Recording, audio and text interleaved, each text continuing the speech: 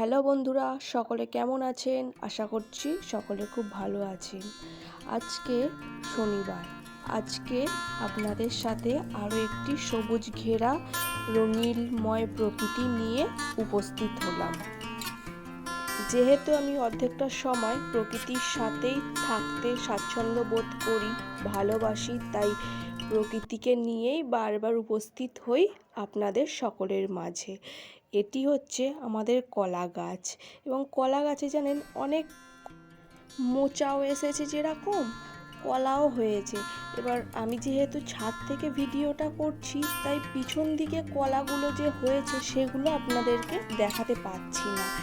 এইখানে এই যে সামনে একটা মোচা ধরেছে, এই যে দাঁড়ান জুম করি, এই তো এখানে এই মোচাটা ধরেছে। এই মোচাটা অনেক বড় হয়েছে জানেন। আর ওই যে দূরে সাদা রঙের থলে বাঁধা আছে, হ্যাঁ ওটা কলা হয়েছে, ওটা বাপি বেঁধে দিয়েছে জানেন। এই কলা গাছটা বাপি যখন বসিয়েছিল, দুটো কলা গাছ বসিয়েছিল, কিন্তু তার ফেক থেকে কতগুলো কলা গাছ হয়েছে, চারিয়েছে।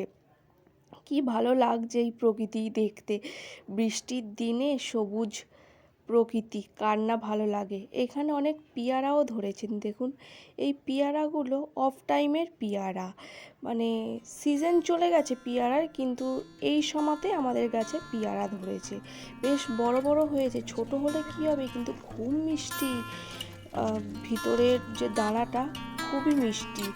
এই যে একটা তুললাম, হ্যাঁ মনে হবে যে কাঁচা বা কামড়ালে দাঁত বসাতে পারবে না, কিন্তু খুবই মিষ্টি আর খুবই ডাঁশালো পেয়ারাগুলো।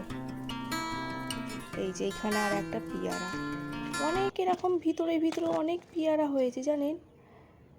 সব কটা খুঁজে খুঁজে বার করতে হবে, তিনটে আপাতত পেয়েছি।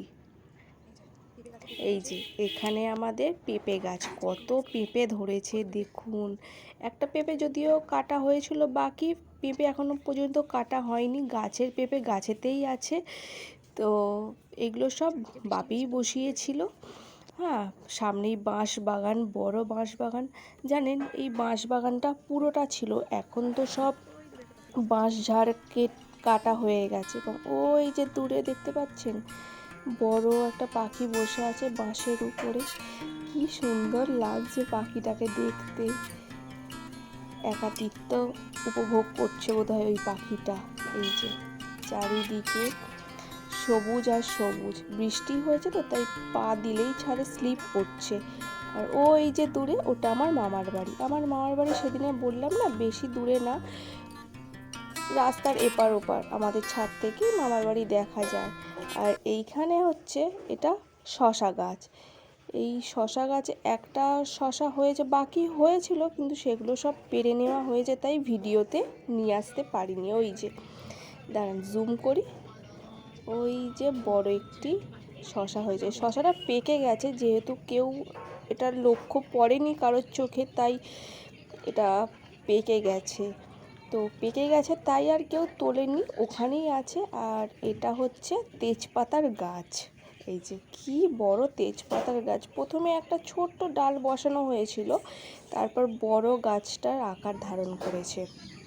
এখানে করলাও গাছ আছে। এখানে করলার সিজন যেহেতু চলে গেছে, আর একটাই গাছে ফলেছে, বাকি গাছটা এবছর অনেক করলা দিয়েছে। করলা না উচ্ছে কিছু একটা হবে, তো সে যাই হোক, তো করলাও গাছ বসানো ছিল এবং উচ্ছেও বসানো ছিল, এই একসাথেই তো হয়েছিল, তো বুঝতে পারছি না। আর এইখানে এই পেয়ারা গাছ, এই পেয়ারা গাছটা যেন ফল এখনো পর্যন্ত দেয়নি, ওই সাইডের পেয়ারা গাছটাতেই ফল দিয়েছে অনেকগুলো। আর এই যে হচ্ছে সবুজ প্রকৃতি, নারকেল গাছ সারি সারি, এয়ারটেলের টাওয়ার দেখতেই পাচ্ছেন। এই এয়ারটেলের টাওয়ারটা বসিয়ে জানেন বড় মানুষকে প্রবলেমে ফেলে দিয়েছে, জিও একদম চলে না। মাঝখানটা যদিও চলতো, কিন্তু এখন একদমই চলে না। সারি সারি নারকেল গাছ, আমাদের এইখানে তো যেহেতু আমি গ্রামে থাকি, পুরোপুরি আমি গ্রামে থাকি, হ্যাঁ এখানে বেশিরভাগ সময়টা গাছপালার সাথেই বেশি থাকি, ভালোবাসি সব কিছুই।